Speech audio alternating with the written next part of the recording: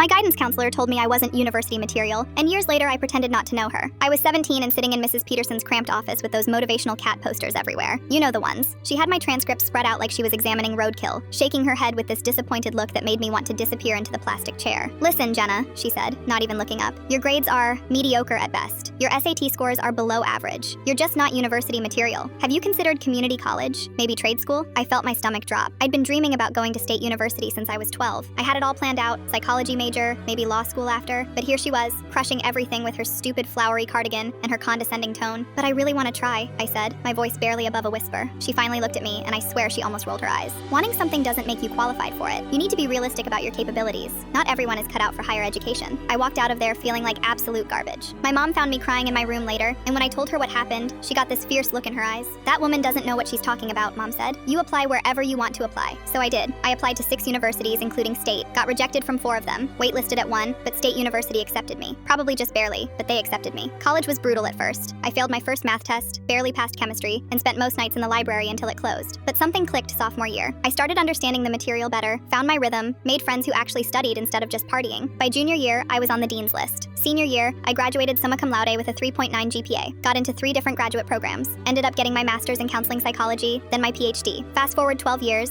and I'm back in my hometown for my cousin's wedding. I'm browsing the grocery store, grabbing snacks for the rehearsal dinner, when I see her, Mrs. Peterson, looking exactly the same except grayer, standing by the frozen vegetables section. She spots me and her face lights up like we're old friends. Jenna, oh my goodness, how are you? You look wonderful. I just stared at her for a second, then put on my most polite, confused face. I'm sorry, do we know each other? Her smile faltered a little. It's me, Mrs. Peterson, from Westfield High. I was your guidance counselor. I tilted my head, pretending to think really hard. I'm not really remembering. Are you sure we've met? She looked genuinely flustered now. Yes, I'm certain. You were in my office many times senior year. We talked about your college plans. Oh, I said, still acting confused. That's weird. I don't recall having a guidance counselor who was actually helpful with college planning. I pretty much had to figure everything out on my own. Her face went red. I definitely helped you with your applications. Well, I said, checking my phone like I had somewhere important to be. I'm sure you're thinking of someone else. I have a doctorate in psychology now, so I definitely would have remembered getting good guidance about university. Have a great day. I walked away, leaving her standing there with her mouth hanging open.